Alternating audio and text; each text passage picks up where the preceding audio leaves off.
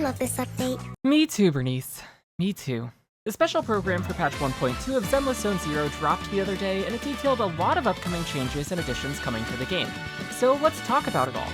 I'll be referencing the special program, the recap image posted afterwards, and the version teaser to try and capture everything that 1.2 has to offer that I can find from official sources. If you're not a fan of leaks, don't worry, there won't be any of those here today. Now, without any more fluff, let's get into things. This is everything that you need to know about what's coming in patch 1.2. I would start this video off by telling you to redeem the code Tour de Inferno, but that code will have expired by the time this video comes up. I'm sorry, I promise I'll be faster next time. Instead, let's start by taking a look at some of the story-related content that's coming in 1.2. The biggest story thing would be the addition of a new chapter to the Faith story, Chapter 4, Tour de Inferno. I won't spend too much time here speculating about story stuff because of 3 reasons. 1, lore really isn't my forte. 2, a large part of me wants to experience the story fresh and not go into it with a bunch of preconceived ideas of what'll happen. And 3, I'm writing this section last and the script for this video is already 9 pages long. But anyways, I'll briefly touch on some things that stood out to me. Chapter 4 will be taking us to the Outer Ring, an underdeveloped zone that's outside of the main urban area of New Eridu. This is where Perlman fled to at the end of Chapter 3. We can see both Belle and Billy arriving here in the Outer Ring, which does make sense since we do know that Billy already has a connection to the Sons of Caledon, which was confirmed in Caesar's drip marketing. The Outer Ring has had a large focus on oil in the old civilization, and it's now the home to people looking for a fresh start, people hiding from PubSec, and many biker gangs that also run logistics and trade routes. The Sons of Caledon run a particularly notable logistics company called Leaps and Bounds. We do get a chance to see some of the members of a rival biker gang as well, called the Vanquishers, and all 3 of the members that we do see are various different Thyrans. We also get to see a glimpse of the current Overlord, Pompey, and 2 people that we can assume to be his subordinates. The Overlord has the ability to designate trade routes in the Outer Ring, making it a position that comes with a substantial amount of power. These other 2 characters that we can see with Pompey were added as people that you can interact with on top of the coffee shop in Lumina Square in 1.1, where we could see how confident they are in their standing in the Outer Ring and their ability to get the job done. Chapter 4's story seems to be focused on a large race called the Tour de Inferno, which is a ritual that is used to determine the next Overlord. It was mentioned that Pompey hasn't been seen for some time, so it looks like this race is even more necessary in order to fill that position during his absence. As part of the story chapter, we will have the ability to play a racing minigame where we get to control Caesar and race on her motorbike through the Outer Ring, which immediately reminded me of the bike segments in Astral Chain. They look very similar. This looks relatively simplistic, mostly being focused on steering, with you also having the ability to boost and dodge. I'd imagine this minigame's probably going to be limited just to this story chapter for now, but I wouldn't be surprised if this gets expanded out to something more in the future. Some form of a time trial event or multiplayer racing could be pretty fun if they're implemented well sometime down the line. And on the topic of bikes, we do get to see a glimpse of a new boss coming in this chapter, which is an ethereal biker. It looks pretty mobile from the little that we got to see of it, so hopefully it'll be a fun fight. As a whole, this chapter is very focused on the Sons of Caledon, much like Chapter 3 was focused on Victoria housekeeping, so we should be expecting to see a good amount of interactions between all of the different members in the Sons of Caledon. As somebody who's a huge fan of their faction, I'm very excited to see where this story chapter goes. We're also getting Burnice's agent story, and oh my god, that Burnice art is something else. I don't know what the art teams on this game have been cooking sometimes, but I'm not complaining. This is our first instance of an agent story coming for a character that isn't dropping until the second half of the patch, so whether this agent story will be available from the start of the patch or just after Burnice's banner drops is something that we're going to have to wait to confirm later. We're also going to be getting agent profile pages for both of the new characters, Caesar and Burnice, and also both Piper and Lucy since they'll be making their story debut. And although it's not explicitly stated, we should be getting trust rank events for all 4 of them after completing Chapter 4 of the story, assuming that you have them. Sorry, Lighter, the world just isn't ready for you yet. With this story out of the way, let's talk about the characters and banners that are coming in patch 1.2. We won't talk about build specifics right now since there's still a lot of unknown information out there, and that's outside of the scope of this video, but we can take a look at the gameplay that we do have available. First off, let's talk about Caesar King. Caesar is the leader of the Sons of Caledon and an influential figure in the Outer Ring. She's an S-rank physical defense agent, and she's the first S-rank defense agent that we've seen in the game so far. She's also the first physical defense agent as well. I won't spend too much time covering her kit here, since we should be getting early access videos of her from the Creator Experience server sometime within the next day or two, so I don't want to speculate too much when we're going to have concrete information so soon. Her EX special has two parts of it, where she's able to first perform a perfect block with her shield, and then she's able to follow it up and trigger it again to do a rush of attacks. This perfect block, or parry as I'll refer to it, seems very similar to what you would expect from a defensive assist. This EX special will allow you to parry enemy attacks while staying on the field as Caesar, and this parry also doesn't consume any assist points. Since defensive assists across the board have had high daze multipliers, I'm assuming that Caesar's parry and the follow-up afterwards should have high daze multipliers as well, and if that is the case, then she could be used as a replacement for a stun character in teams. Also, when performing a parry or a defensive assist, she applies a debuff to all nearby enemies that increases the damage that they take. This could be really valuable when it comes to her offensive buffing capabilities. One of Caesar's biggest assets is the shield that she provides, and this shield seems unique in a few ways. First off, this shield gives interruption resist, which is something that shields currently lack. This is something that's especially valuable for characters who have long animations or long chains of attacks that they don't want to get staggered during. Additionally, Caesar's shield has its own unique gauge that shows its uptime instead of being shown on your health bar like other shields are. Caesar's core skill also provides an attack buff to the shielded character as well, but the numbers for this buff haven't been disclosed. Caesar is able to gain her shield by either doing a parry with her EX special, by using her defensive assist, or by using her ultimate. Caesar's ult does seem like it has some grouping available to it, since she's able to do physical damage to a large group of enemies in this clip, but assuming that damage and her shield are all that this ult provides, it's probably not going to see much use since you have multiple other ways of getting access to her shield, and it's most likely just going to be better to dedicate your ult to someone who will do more damage. We can see that Caesar's additional ability for her core passive is triggered by being paired with anyone from her faction, or anyone that has a defensive assist, and this makes her incredibly versatile when it comes to her team compositions. There are only 4 characters in the game right now that have evasive assists instead of defensive assists, those characters being Rina, Billy, Zhuyuan, and Grace. So as long as you aren't running 2 of those characters alongside your Caesar, then you're always going to have access to this additional ability for now. As a whole, I think Caesar's going to be a very solid character, but how good she'll actually end up being depends on the numbers for her attack buff, the debuff that she applies, which increases damage taken, and her daze multipliers. If these numbers are substantial enough, then it's likely that she could be seen as a viable replacement or upgrade to running a stun or support character in many teams that people are currently using.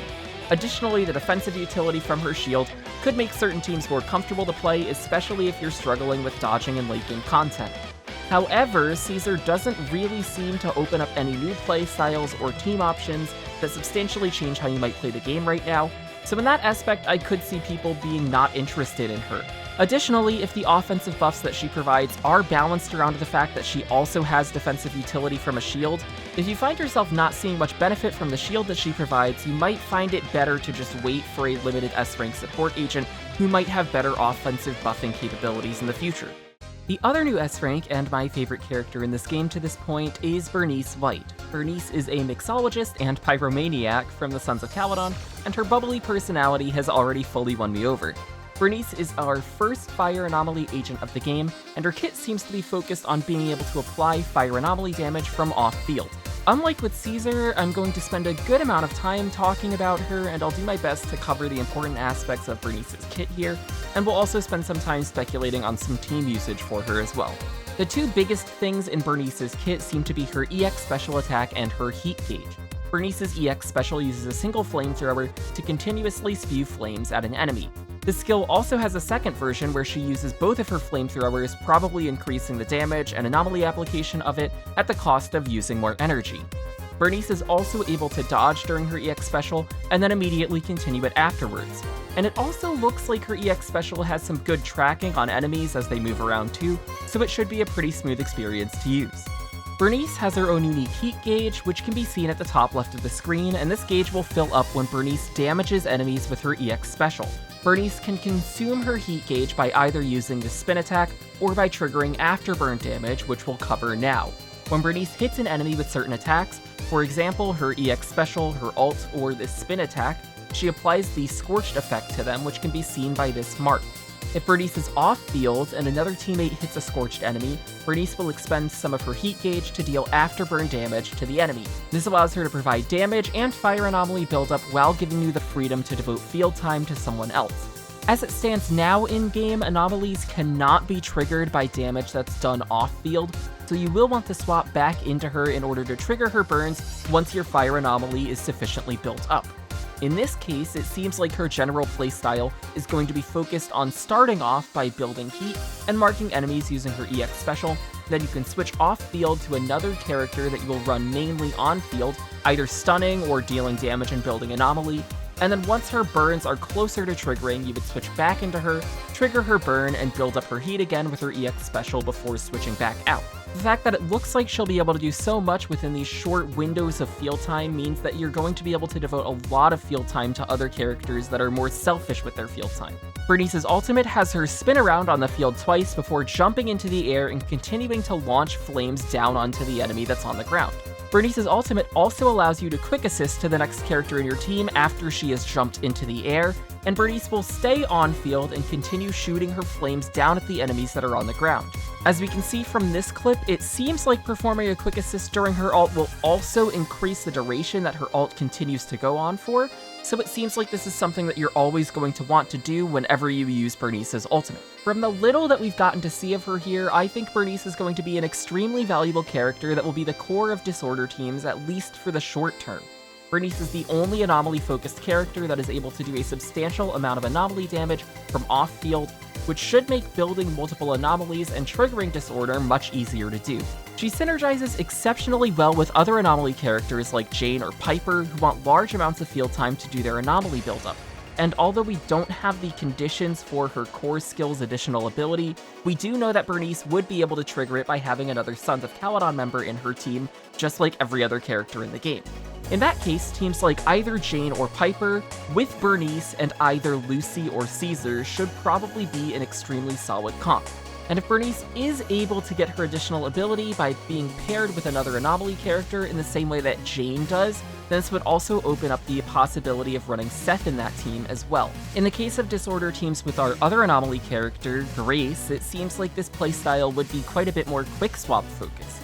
I think the success of these teams might hinge on whether Burnice is able to get her additional ability by being paired with another anomaly character, since then that would allow you to run something like Grace, Burnice, and either Rena or Seth. If instead Burnice requires a fire agent or some other condition, being able to trigger both her and Grace's additional abilities might just not be viable.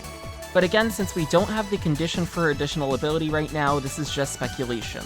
I've also been seeing people mention stuff about running her alongside a fire attack character like Soldier 11, since her large anomaly build-up rate should help you to keep enemies burning consistently and give you full uptime on the 4-piece set effect of Inferno Metal. In these teams, something like Soldier 11, Burnice, and either Lucy or Caesar should end up working pretty well. I haven't played Soldier at all, so I can't say whether this is an upgrade over her current teams or not, but if you are a Soldier main, then this is something you might want to look forward to as well. Overall, I think Burnice should have a lot of value if you did pick up Jane, if you're interested in messing around with other Disorder-focused teams, or if you're interested in teams where you think her off-field damage application and large burn uptime could be useful. We'll also be getting a new Bangbu named Red Moccus. Since this is the faction Bangbu for the Sons of Caledon, it's safe to assume that this will need 2 members of the Sons of Caledon in the team to fulfill the condition for its skill B, like the other faction Bangbus were. From the footage that we can see, this Bangbu looks like it's mostly focused on continuous single target damage as it charges at a single enemy with its bite. It also looks like it could potentially have some grouping capabilities with the way that it seems to push this enemy towards the player, but I have no clue how consistent this will be. We can see another clip of it attacking an elite, and the push really doesn't do much against this larger enemy, but it's also not pushing in the direction that we are either. I'll probably end up pulling this just to have it for the Sons of Caledon teams that I'm planning on running, but how useful it'll actually end up being is something that we can't really tell until it's in the game. And with the characters themselves covered, let's talk a little bit about their banners. Red Moccus, like all the other Bangbu, will just be added to the Bangbu banner as a selectable option. For the limited banners though, the first phase will feature Caesar and her W-engine Tusks of Fury. The A-rank agents on Caesar's banner are Anton and Piper, and their signature A-rank W engines, Drill Rig Red Axis, and Roaring Ride will be on the W Engine banner. Piper and Caesar should both pair pretty well together, but Anton being here is definitely a choice. If you're an Anton main and you didn't get many copies of him from Ellen's banner, now's your chance, I guess. And if you're a Piper fan, having the chance to get some copies of Roaring Ride from the W Engine banner is also nice, since that is a really great option for her. The second phase will feature Burnice and her signature W Engine Flamemaker Shaker. The A-rank agents on Burnice's banner are Lucy and Nicole, and their signature A-rank W Engines Kaboom the Cannon and The Vault will be on the W Engine banner. To be blunt, this banner looks really good. Both Lucy and Nicole are great support agents that can fit into a good variety of teams, and they both have some really impactful Mindscape cinemas, like Lucy's M2 and M6, and Nicole's M6. If you're pulling for Burnice's W Engine as well and you use either of these A ranks, then their W Engines are going to be great pickups for them, since they're both fantastic options that add even more value to these already great characters. While we can safely say that the limited W Engines are going to be the best in slot options on both Caesar and Burnice, we can't say for certain how much better they are than the next best option, since we don't have the stats or the passive effects that these W Engines have. However, something that we can talk about a little bit more that are going to be great for both of these characters are the new drive disc sets.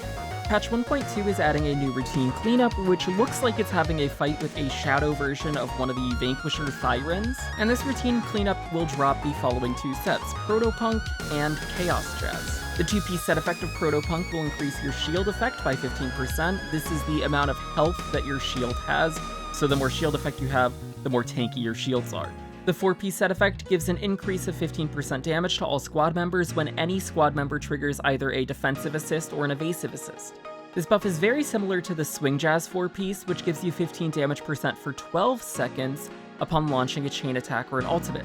So the damage bonus is the same, but you do lose 2 seconds of duration compared to Swing Jazz, but I do think you're probably going to have better uptime on Protopunk, since the condition for triggering the buff should be more readily available. You can kind of think of it this way, where Swing Jazz buffs your team's damage when you stun an enemy, since you're going to be getting your chains after stuns, and normally you're going to be using your ult on a stunned enemy as well. Protopunk instead gives its buff when enemies aren't stunned, where you're actually going to be doing the defensive assists and evasive assists.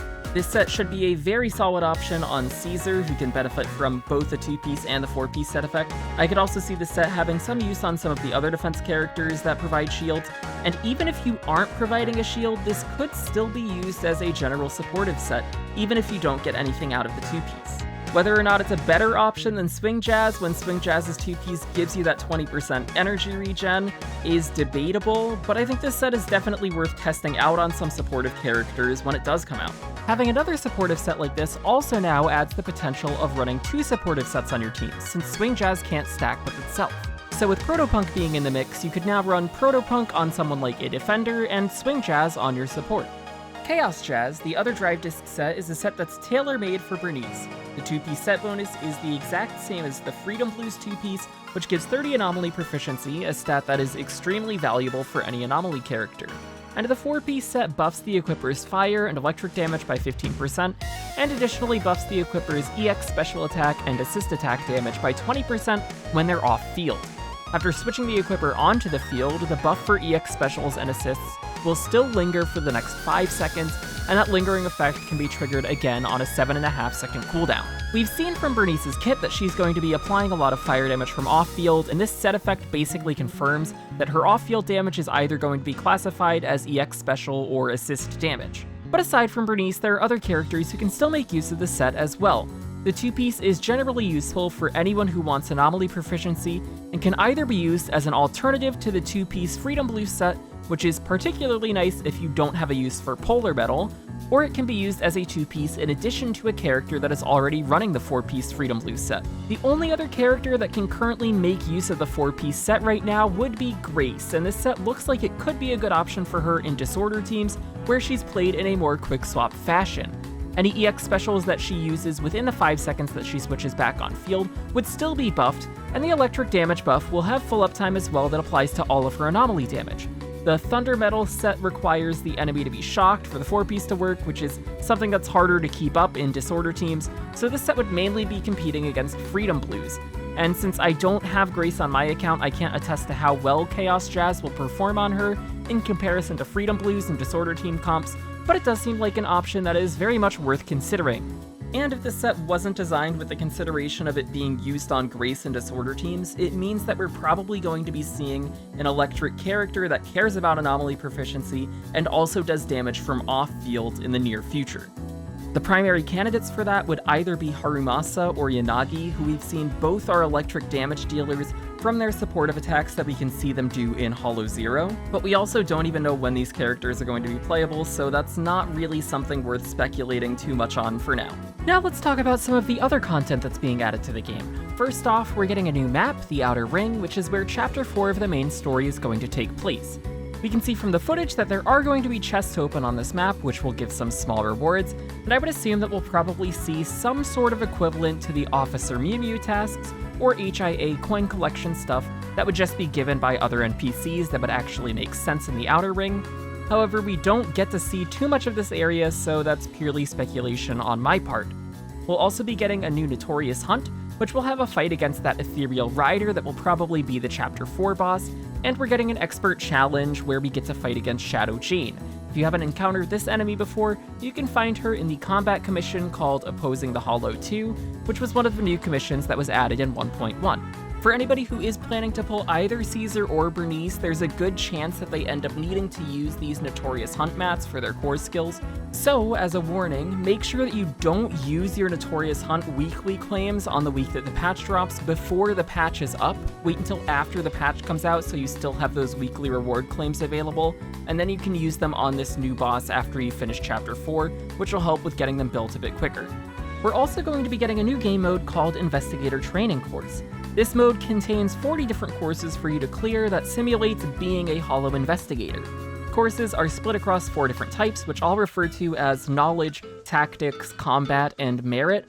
We can see that we're going to have access to a set of trial characters for each of these combat courses as well, which will presumably help us to meet those additional objectives if we don't have those characters ourselves. The Tactics courses, you're going to be able to select one agent to enroll in the course, and then that agent will receive XP. If that agent would hit their current level cap, either 60 or whatever that next promotion level is, then they'll stop learning so the XP won't be wasted. Tactics courses take 10 hours to complete from what we've seen, and each Tactics course will have a limited amount of XP that can be obtained, with the lowest cap that we've seen being 36,000 from Course 1, and the highest being 180,000 from Course 6. The amount of XP that you'll be gaining also seems to differ based on the course level, with Course 1 giving 18,000 and Course 6 giving 30,000. It's very important to note that these XP gains seem like they're going to just be a one-time thing, since there's no indication at all that they're going to reset at a certain point. We're also going to be getting a new commission set called Phantom Hunt. This is a set of difficult combat commissions that are going to be given to us by Rain, which looks like they'll be permanent content that are accessible from the HDD, and we can see that there are at least 6 commissions available from this set. Now let's talk about the big one, the changes and additions to Hollow Zero. Patch 1.2 will add a new Blitz mode to Withering Garden, which will remove all of the TV gameplay and just have combats with elites and bosses, culminating in the Nineveh fight. After completing each stage of combat, you'll be able to gain Resonia by selecting a Resonium supply. Each Resonium supply will give you 3 random Resonia of a specific set. We can also see on these screens that the ability to re-roll the Resonia that we're deciding between is no longer available with these sets being set up how they are. This stage has its own set of additional challenge modifiers that can be activated, which are called Withering Garden Seedbed, as opposed to the current exploration variant that we have, which has its own Withering Garden Core set of challenge modifiers. It also seems to have its own set of first clear rewards that can be obtained for completing the mode when you're at a certain ether activity level, very similar to the exploration version of Withering Garden. And it's also worth noting that these additional challenge modifiers now increase the amount of investigation points that you'll obtain, and this change is also being applied to the exploration version of Withering Garden as well. We're also going to be getting a new Resonium set called Tenacity, but there weren't any details released about it at this time. Last time we got a new Resonium set was the Ether set when Zhu launched, so since this set is coming alongside Caesar, there's a good chance that it has something to do with defensive agents or defensive assists and parries. The investigation bounty system for Hollow Zero has also been overhauled, unlike our current system, which has a total of 5 bounties, 3 of which are based on a certain condition which is set at the week and you can refresh it up to 2 times, and 2 that are just based on clearing Hollow Zero on a specific difficulty. The new system now only has 4 bounties total, and they're all based on investigation progress. You can see that the refresh option that was present before is no longer there, so this set of bounties should be the exact same every week going forward. Each bounty is based on a multiple of 1750, with the challenge modifiers for both modes of Withering Garden now increasing your investigation progress. You will be able to fully clear all of these bounties in only one run of Hollow Zero, assuming you take enough modifiers. If you don't want to do that though, and just do clears of the other stages, then doing 2 clears on core difficulty, which is the same requirement as our current S-rank bounties, would still get you exactly to 7,000 points, so there's no change there. Right now, there's not a clear indication of how much faster Blitz as a mode will be, and we don't really know how it rewards Z merits either, so what stages to actually do for efficiency's sake is still up in the air. I might make a video discussing this after 1.2 is up, so let me know if that is something that you would like to see.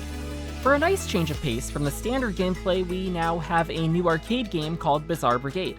This is being described as a single-player roguelike survival game, and the gameplay looks very similar to Vampire Survivors. A big thing that stands out for me as well is that they've stated that there are going to be multiple unlockable characters that you can get in this game as you progress. And to me, that just shows me that this mode is way more in-depth than anything else in the arcade, and that has me really excited. This minigame also has an event tied to it, but they didn't really talk about the specifics of that. I'd imagine this would be similar to the PvP Snake Duel and Soul Hounds events that we had back in 1.0, where playing the game will grant you an additional event currency that can be used on some rewards in an event shop. The rewards that they teased seem to line up with what the previous events had as well, so this seems like a safe bet. And on the topic of events, let's cover all of the other ones that are coming this patch. Of course, we have our daily login events, which will give us a total of 10 encrypted master tapes and 10 boopons. These are the same as 1.1, and each one will take a week worth of logins to finish out. The encrypted master tapes are going to be available from the day that the patch goes live, and the boopons will be available 3 weeks later, starting on October 16th, and both of these login events are going to last until the end of the patch. Our main event for this patch will be the Overlord's Feast event. For this event, we're receiving a commission from the Mayor of Blazewood to revamp an old diner. There are a total of 6 levels in this event, and we can see that the first level has 4 different sections to it, and this event is also going to provide us with more information about the Outer Ring and the Sons of Caledon members as it progresses. The gameplay that we do get to see from this reminds me of a mix of the Honkai Star Rail Orem Alley inventory management event and the Drinksmith event. You need to arrange foods on a tray to satisfy each customer's need, and each food gives a certain amount of taste and nutrition. Some customers will have their own specific requirements, like Caesar having Cheesetopia here, meaning she wants a food with a lot of cheese. Satisfying requirements will grant you stars, and rewards for the event should be locked behind reaching a certain number of stars, with one of the big rewards being a free Lucy. If you don't already have her, she's a great support, and if you do have her, then this is a step closer to her great M6. We're also going to be getting another TV minigame event called Roaming the Ether. This event involves the cutting hairs giving faith in a computer terminal that was salvaged from Hollow Zero. This terminal contains valuable data, but it also contains viruses. This minigame requires you to move around and destroy viruses by getting in their path as they move across the screens, and any viruses that you do miss will result in you taking damage. You'll gain points for each virus that you destroy, and you're ranked from B to S depending on how many points that you get. From the looks of the UI, it seems like there's going to be 5 stages of this event, 1 unlocking per each day, and it looks like there are 3 different difficulty modes for each stage. Ridu For You is a very small puzzle event that's offered at Howl's Newsstand. This event consists of 5 stages, 1 opening each day, and each stage will offer a series of 3 puzzles for you to complete. These puzzles look very simple, taking place on either a 3x3 or 4x4 grid from what we can see here, and fully completing all of the stages will reward you with the popular freebie name card. The 141 Friendship Fair brings back one of the best NPCs and store promoters in New Eridu, Shal, as she opens a stand in Lumina Square. This event looks very similar to the other Shal event that we had back in 1.0, except now it looks like we're turning in event-specific items as opposed to low-rarity materials like last time. This event will have 7 item deliveries unlocking daily, with an additional set of rewards after you complete 5 of them. We're also going to be having 2 different sets of double drop events in this patch: Data Bounty, Combat Simulation, and Advanced Bounty, Routine Cleanup. Data Bounty Combat Simulation will double the drop rates of 5 enemy cards, so it's basically the equivalent of 100 extra battery charge. And Advanced Bounty, Routine Cleanup, doubles the drop rates of 2 routine cleanups, making it the equivalent of 120 battery charge. And that's not all, there's still one more event, and I saved this event for last because it's the one that we have the least amount of information on, but we're getting a new stage of Shiyu defense called Ambush Node. From the gameplay that we can see in this teaser, this mode does have a timer that keeps track of your clear time, but it's not a countdown timer like what's present in Critical Node. As a result, I think it's safer to assume that the ranking for this mode will be based on how many agents are defeated, like Disputed Node, and that would make sense since Caesar is coming this patch and she's a defensive agent. Now, it's not really clear if this is a one-time thing or something that will be resetting, but we do know that it's only going to be available for a limited, unspecified amount of time. Hopefully this becomes a regular resetting endgame mode that rotates at a similar rate as Critical Node does, but time will tell if that's actually the case or not. Lastly, let's touch on the optimizations and quality of life features that are being added to the game with patch 1.2. One of the biggest additions is the battery backup system. Now with this upcoming patch, when you're fully capped on battery charge, instead of it completely going to waste, the excess battery charge that you accumulate over time will instead be converted to backup battery charge, and this backup battery charge can be used 1-to-1 as normal battery charge. The rate that this overcap conversion happens hasn't been announced yet, but we have seen that the cap for this system is 2,400.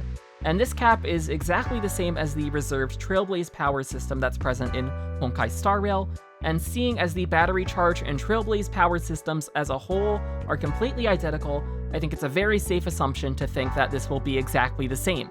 In that case, we should be getting one backup battery charge every 18 minutes when we're capped on normal battery charge. Since the system does give you battery charged at a reduced rate, you're getting it at a 1/3 efficiency. This isn't a system that you actively want to make use of, but it is a great feature that allows you to not waste battery charge if you're someone who can't log in every day or has to take a prolonged break from the game. The other big change, in my opinion, is the addition of other controllable agents when exploring New Eridu. Starting in patch 1.2, we'll be able to switch between Bell and Wise when we're exploring the world, and Caesar and Burnice are also going to be added in this patch, assuming that you pull for them, so you can use them in the Overworld as well. Other agents will be coming in the future, and they have announced that we'll have access to all of our obtained agents by patch 1.4, and this wording does make it sound like we'll potentially be seeing more agents that are available during exploration and patch 1.3 as well. I'd assume whatever new S ranks are coming in 1.3, but maybe they'll also add some other story-important characters, or someone like Jane who we know already has all of her animations for overworld exploration already done. We're also going to be getting a time-saving option called Fairy Auto Explore, which will allow players to automatically gain missing rewards from stages that they've already completed. Once you've cleared a commission, you can have Fairy retrieve any rewards that you're missing after waiting for a set period of time, and we can see an example of one taking 15 minutes. This is a great feature for anyone out there who is missing any supply boxes or polychromes for not getting all of the observation data in one of the exploration commissions. Other optimizations include the TV mode receiving some changes that will help speed it up, such as certain events having their animations play faster, being skipped, or having less time-consuming zoom-ins. For team setups, we now have 10 squad lineups that you can set with your agents and a Bangbu, and we have the option to quickly use a preset squad when playing a stage. Shiyu Defense also now has a Swap Squads button that will swap the sides that your teams are on, and that can be particularly helpful for avoiding certain enemy resistances when going through multiple floors in succession. And lastly, we'll now also have the option to freely change the time of day when playing as long as we get past a certain unspecified amount of the story. There isn't an option to advance the day fully in that menu, but you can always switch the time to midnight and rest on the sofa, and that means no more needing to do testing with your life actually on the line if you're wanting to progress time rapidly, thank God. And that just about covers all of the information that we have on patch 1.2 for the time being. If you liked this video, please give it a like to let me know that this kind of content is useful to you, and also consider subscribing if you want to see more content from me.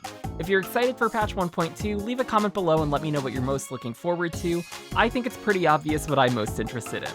In terms of content coming to this channel in the future, I'll be putting out a first impressions video on Caesar shortly after she releases, once we've been able to build and test her a bit.